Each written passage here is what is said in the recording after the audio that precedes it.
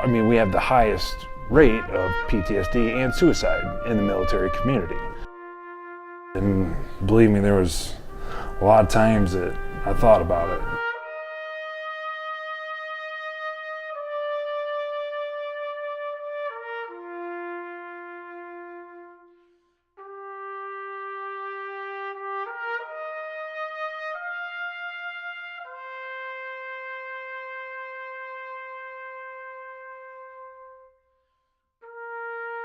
The men and women who protect and serve this great country face unimaginable challenges, both when they are fighting for our freedom and when they return to civilian life.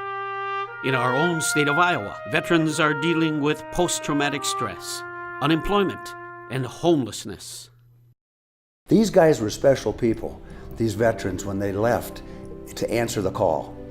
And when they came back, they were treated as if they were brand new. They were used, they were hurt, they were destroyed, they were no longer who they once were. And I think if we can just allow them to realize that they're the same person, they just have a different experience. Those stressors, when they get home and their friends are no longer around and their buddies are still over there, they're all by themselves. And it takes anywhere from 2 to 11 years to adapt back to civilian life when you come home. Coming home is definitely the most difficult transition. You can't even hardly describe it. I mean, you're going from one extreme to a complete polar opposite. You're living in a third world country, possibly getting shot at, blown up. You're not talking to family every day. It's just you and whoever else you're there with, and you guys kind of take care of each other. Now coming home, people back home who've never experienced being deployed or being away from family or being in combat don't know what to expect and don't know maybe how to interact with us that have been there. When they come back from orders that they had to follow, I think a lot of times they have to carry the stigma that's attached with war, the stigma that's attached with serving your country in such a significant and sensitive and really precious way, because they do sign a check. It says, here, you train me, we'll do the best we can, you tell us what to do, and we'll do it. Now when they get home, we don't have that compassion to realize that they need to segue from that so they can start making their own orders again and being the best that they can be.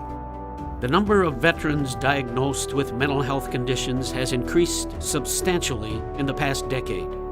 In Iowa alone, 75 veterans took their own lives in 2014.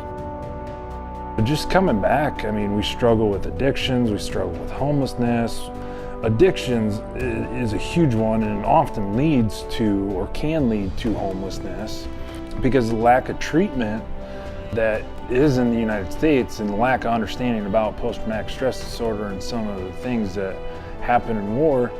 The majority of the problems that I deal with or encounter are a lot of mental health issues, specifically with veterans who have experienced any sort of combat. PTSD is a huge issue. When individuals do experience that kind of trauma, their life is offset, and then that's how they kind of get into using substances to self-medicate or just not really being able to function appropriately in society. There has to be some kind of a stressor that you endured while you were in the service, that because of that stressor, it causes these symptoms that you have. Whether it's anxiety, depression, panic attacks, suspiciousness, sleep disorders, social impairment, that stressor or stressors is what caused this. So when you come back and you don't have that support system in place, and you start sitting at home all day thinking about all the terrible things you saw, all the terrible things you endured, you start to develop severe symptoms of PTSD, depression, anxiety. You don't want to shower, you don't want to come out of the house, you don't want to get a job. And what happens? It causes you to become homeless. I've been home for almost 7 years now, and just this past fall I went to a treatment facility myself for alcohol and PTSD, and I met a lot of homeless veterans that started out getting back, didn't know where to turn to drugs and alcohol. Now they're homeless. Now they're trying to get back on their feet. And it can be a tough cycle.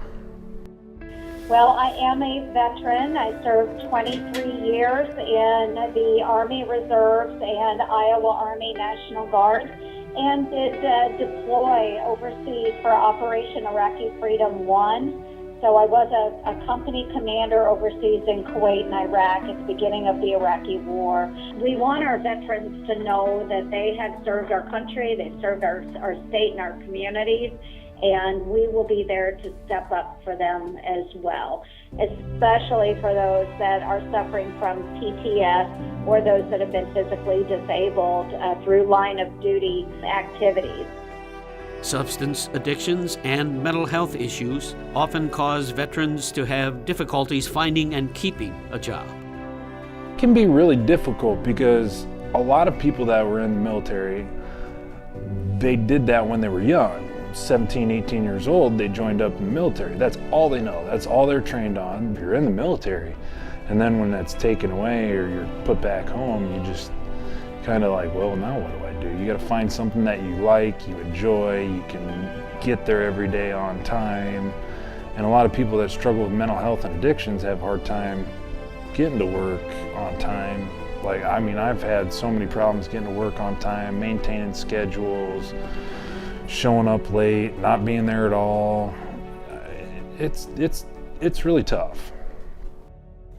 Every homeless veteran that's come through our office, I would say 90% of them, we found them employment. Whether they stay in that employment, that's a different question. Unemployment is directly related to homelessness. Nationally, the numbers have dropped significantly, and I'm sure that everybody's heard of several cities saying they've ended veteran homelessness.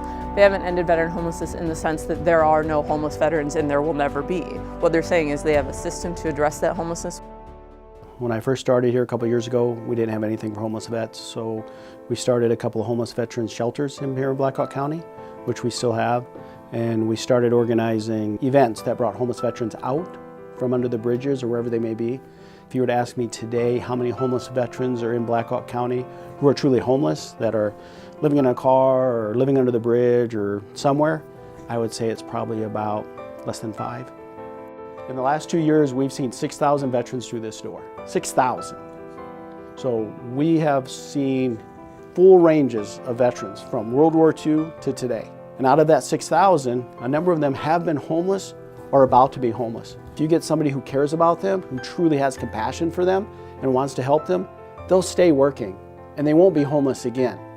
Veteran issues are a major political barrier in our country today.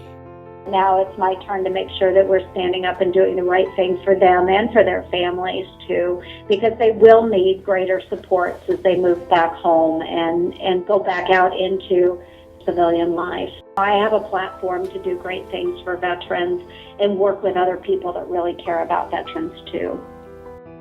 I actually think that on the whole, all of our legislatures, local, state, and federal, do a great job of supporting the quest to end veteran homelessness. There's nobody against ending veteran homelessness. There's nobody that's not working for or voting for legislation to help that.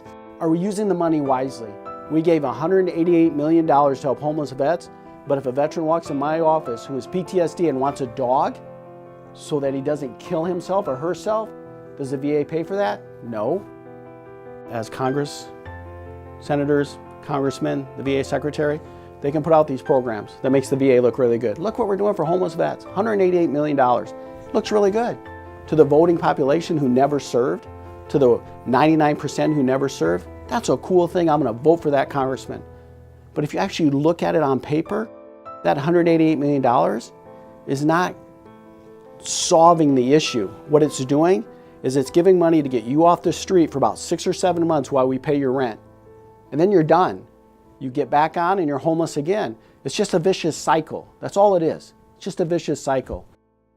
But we focus our money on that side because it looks good in the public. It looks good to our congressmen and our senators. It looks good because it renders votes. But it's not helping the people on the ground.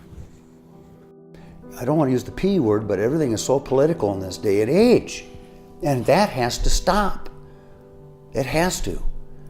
Because we can't get anything accomplished if we're constantly pushing and pulling. It doesn't work. And the most vulnerable get caught up in the middle of that, don't they?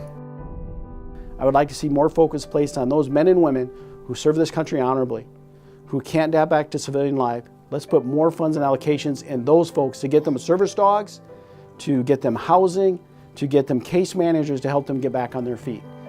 If the VA truly cares about veterans' homelessness, they'll have enough money set aside to where each veteran who's homeless has an individual case manager to get them off homelessness. Based on the homeless vets that we see in this county, and based on the programming that the VA has in place for veterans in this county, we're not solving anything. We're just creating a cycle.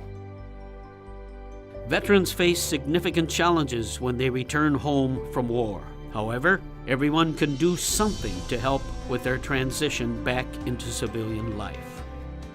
Listen to the veterans. Don't listen to me. Don't listen to the politics. Listen to the veterans. They have a voice.